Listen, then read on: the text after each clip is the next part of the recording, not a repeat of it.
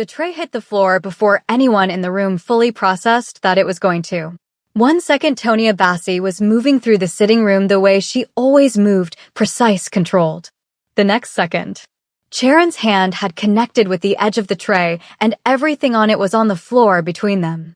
Sharon looked down at it, then up at Tonia. The smile on her face was small and deliberate and had been waiting for exactly this moment. Clean that up. She turned to walk away. Tonia's hand caught her arm. Not hard, not aggressive, just final. The grip of a woman who had decided this moment was not ending on someone else's terms. Sharon froze, looked down at the hand on her arm with the particular disbelief of someone who had never once in her life been physically stopped by a person they considered beneath them.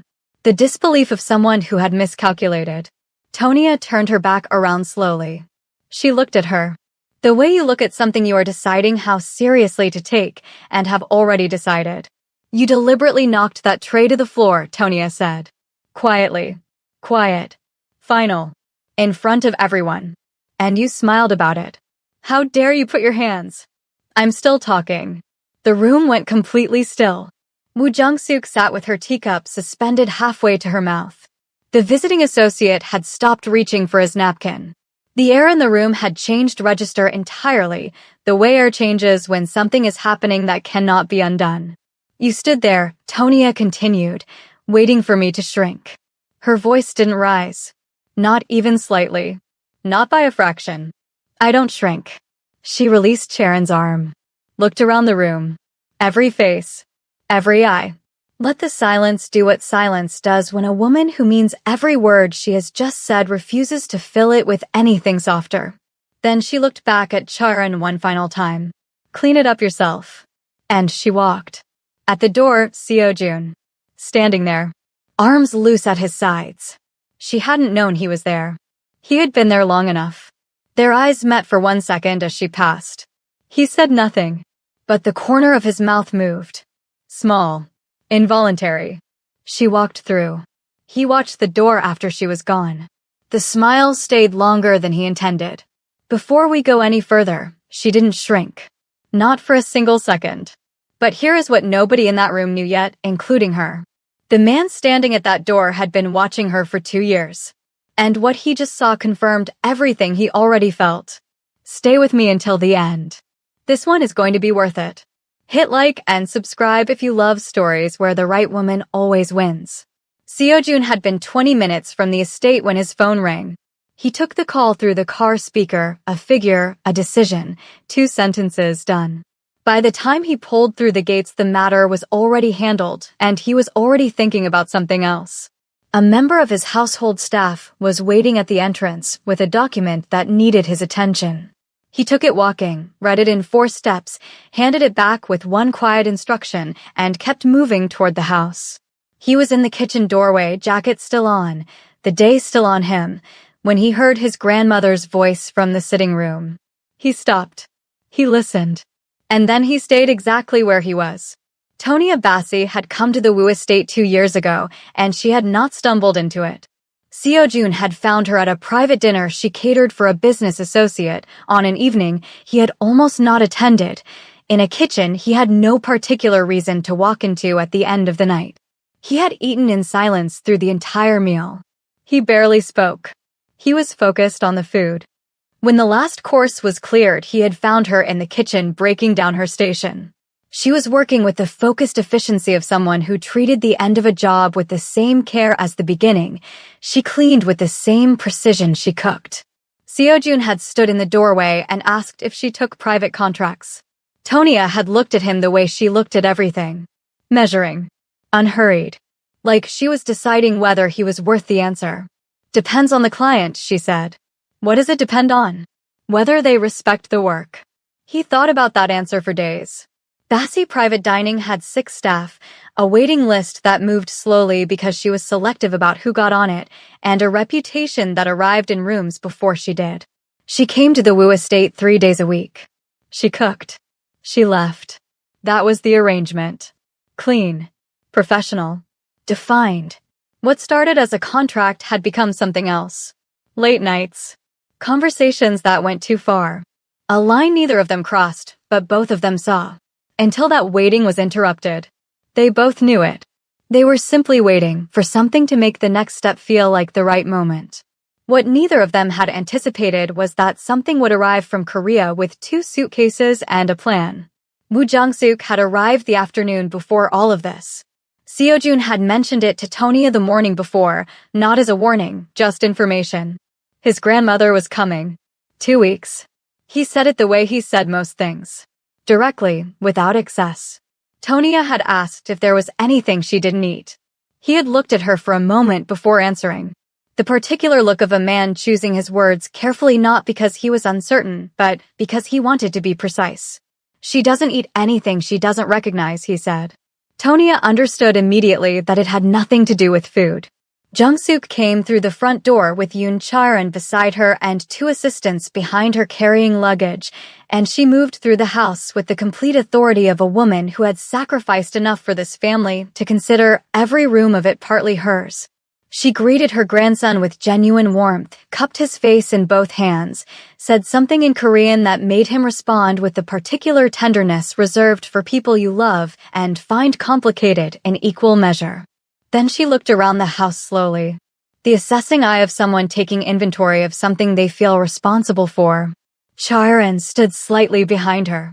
Polished, elegant, perfectly composed. That evening Jung-suk told Seo-jun that Charan would cook dinner. She has been learning, Jung-suk said. Traditional recipes. Her mother's. Seo-jun said nothing, but something in his expression said everything that needed saying. Tonya arrived the next morning through the kitchen entrance the way she always did. Set her bags down. Opened the refrigerator. Began the familiar ritual of assessing what was available and what needed ordering for the week ahead. Then she stopped. Someone had been in her kitchen. She could tell from small things: a pan returned to a slightly wrong position, her knife block rearranged by someone who didn't know her system, a residue on the stovetop that wasn't hers. Someone had cooked here last night and had tried carefully to put everything back correctly and had almost succeeded. She stood there for a moment. Read the room the way she read everything.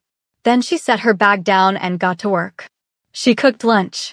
Precise and excellent as always, the standard she brought to every meal regardless of what was happening around it.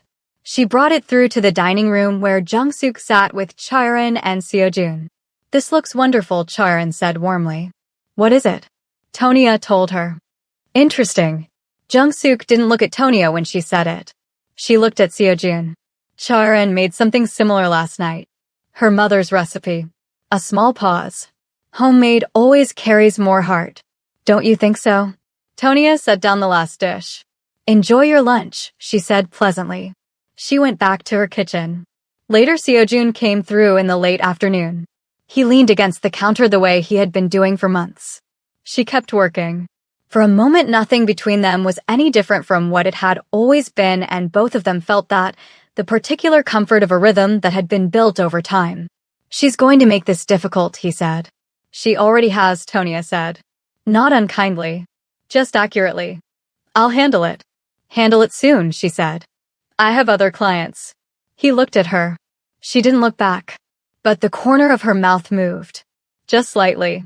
The private language of 2 people who have developed one without deciding to. Charan was never obvious. That was what made her effective.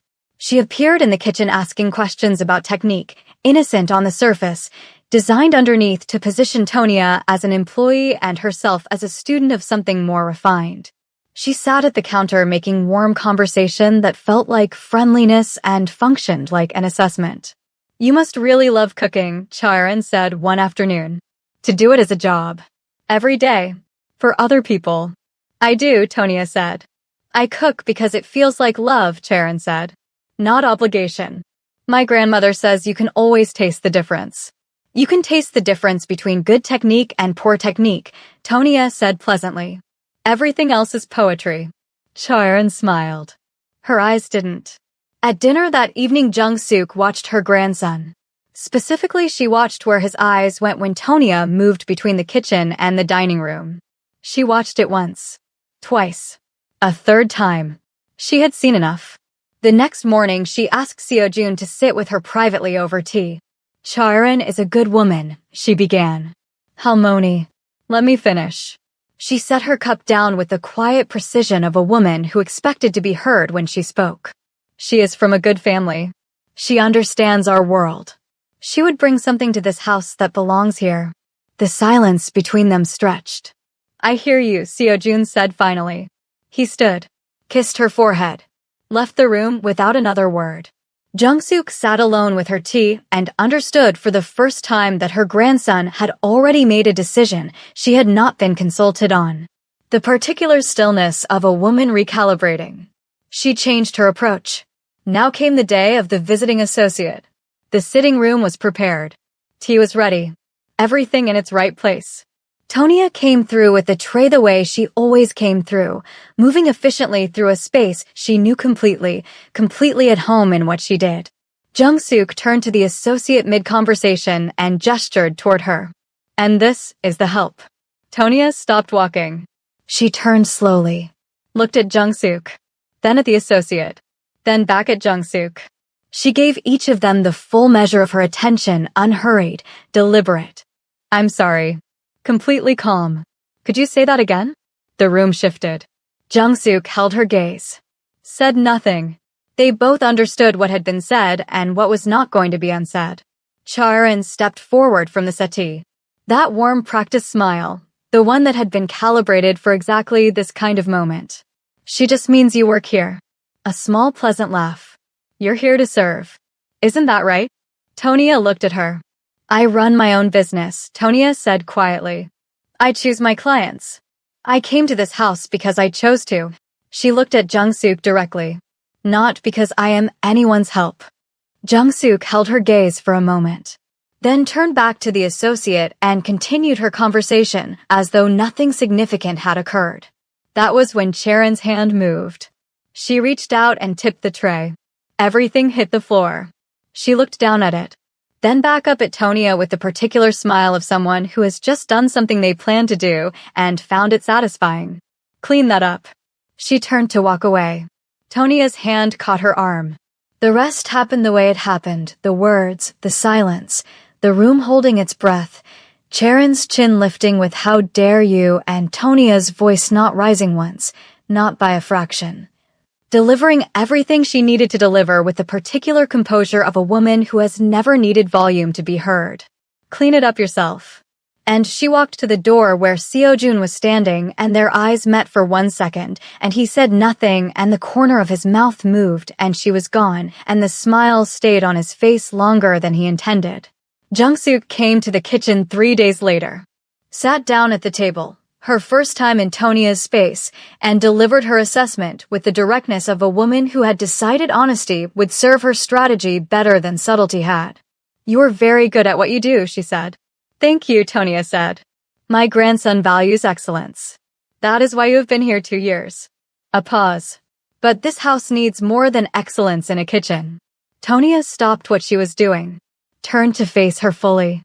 Mrs. Wu, with respect, I think you may be having a conversation with me that you should be having with your grandson. I am having it with you because you are smart enough to understand what I am saying. I understand exactly what you are saying, Tonia said. I just disagree with your right to say it. Jung-suk studied her. Something moved in her expression, not anger. Reassessment.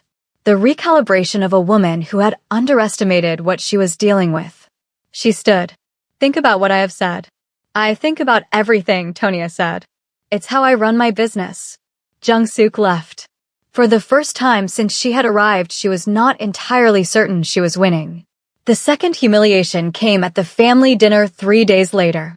Seojun had invited 2 of his father's oldest friends, men who had known the family for decades, who carried real weight in its history. The older of the 2 deferred to Seojun in the quiet, particular way of a man who has seen a great deal and does not defer easily, waiting for Seojun's red before offering his own, asking his opinion before sharing his. The dynamic between them communicated without announcement exactly who Woo Seojun was in the world outside this house. It was a significant evening. Tonia had spent the entire day on it. Every course. Every detail.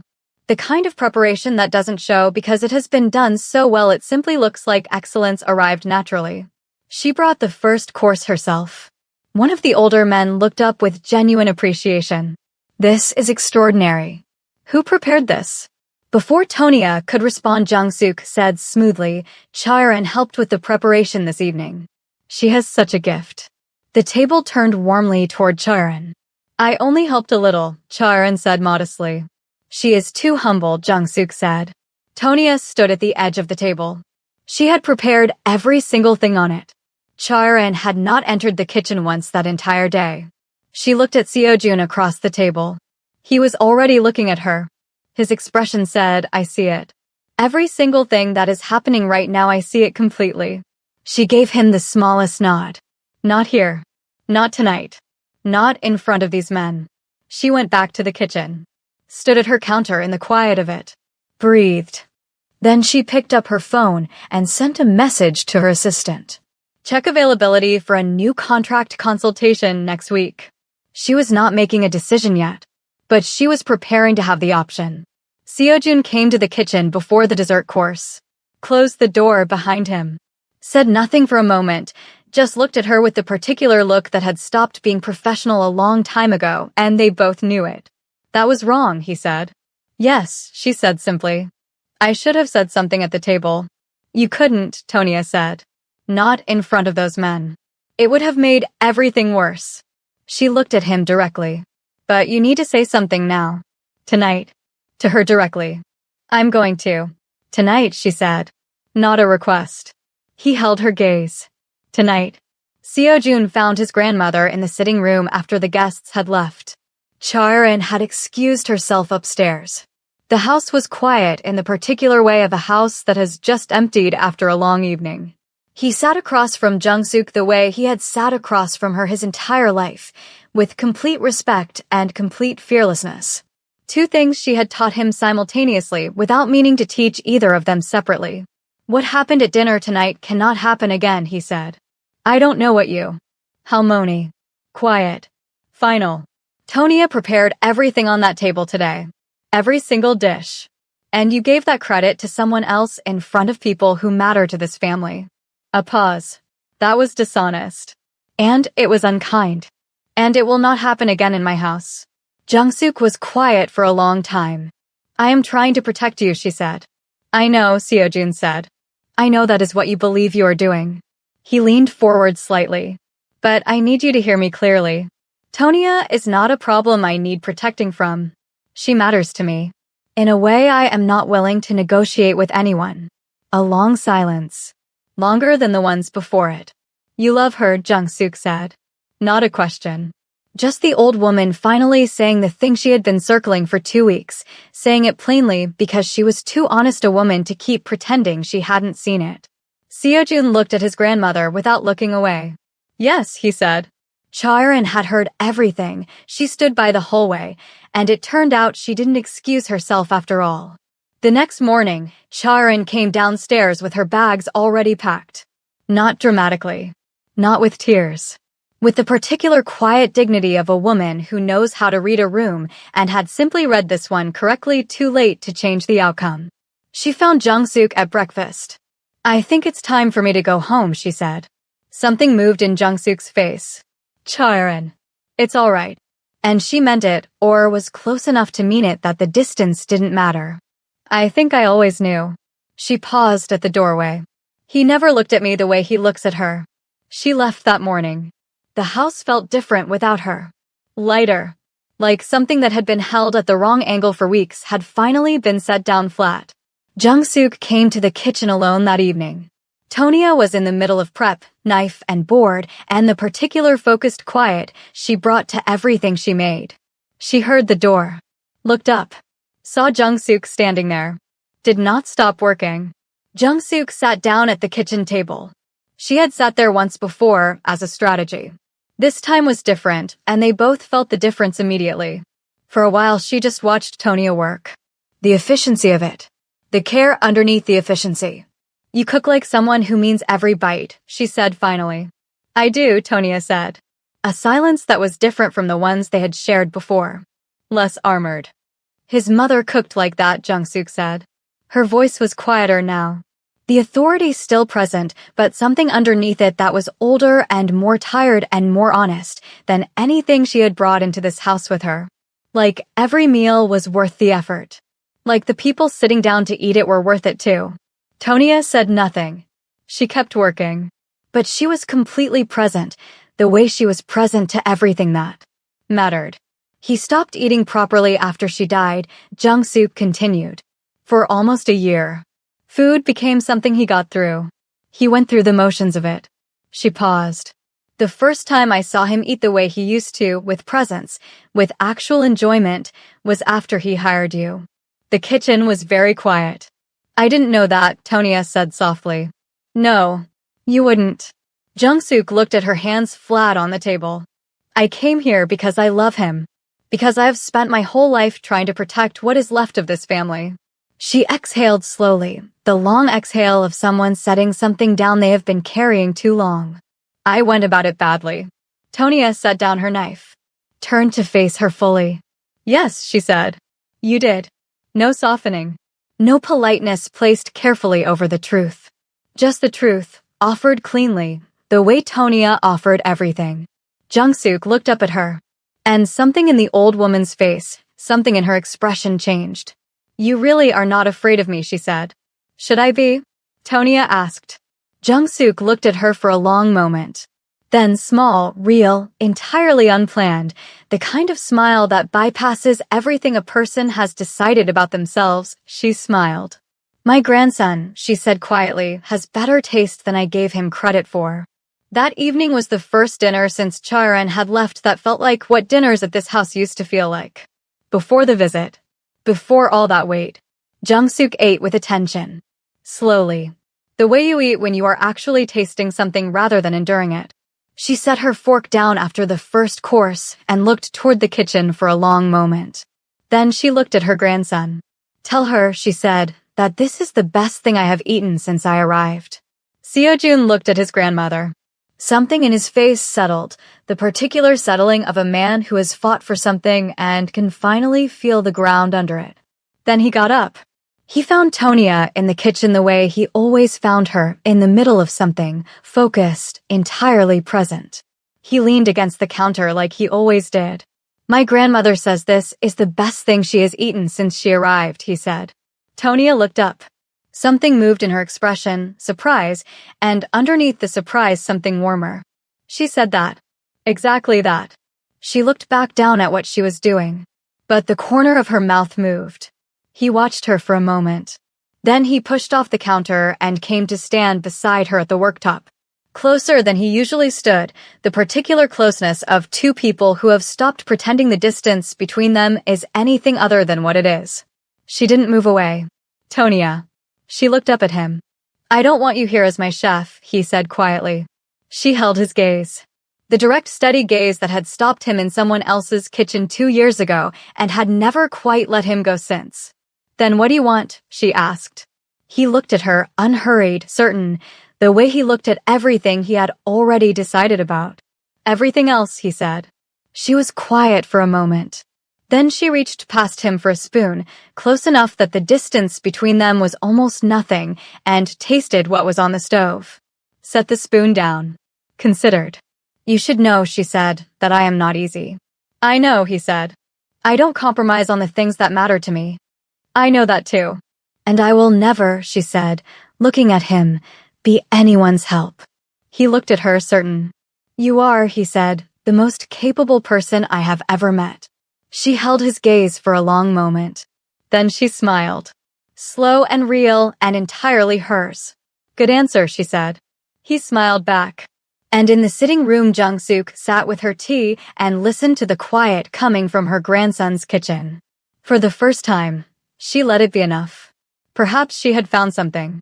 Something she had not known to look for. She picked up her cup, drank her tea, and let it be enough. If you made it this far, you already know. Tonia Bassi did not come to that house to be anyone's help. She came to do what she does best. And she left with something none of them saw coming. If you made it this far, then you saw it clearly. She didn't fight for respect. She didn't beg for it. She didn't even ask for it.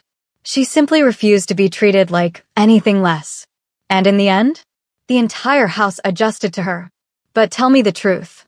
Did Tonya handle that the right way, or would you have done something differently? Like the video and subscribe because the next story, you definitely don't want to miss it. Thank you for watching.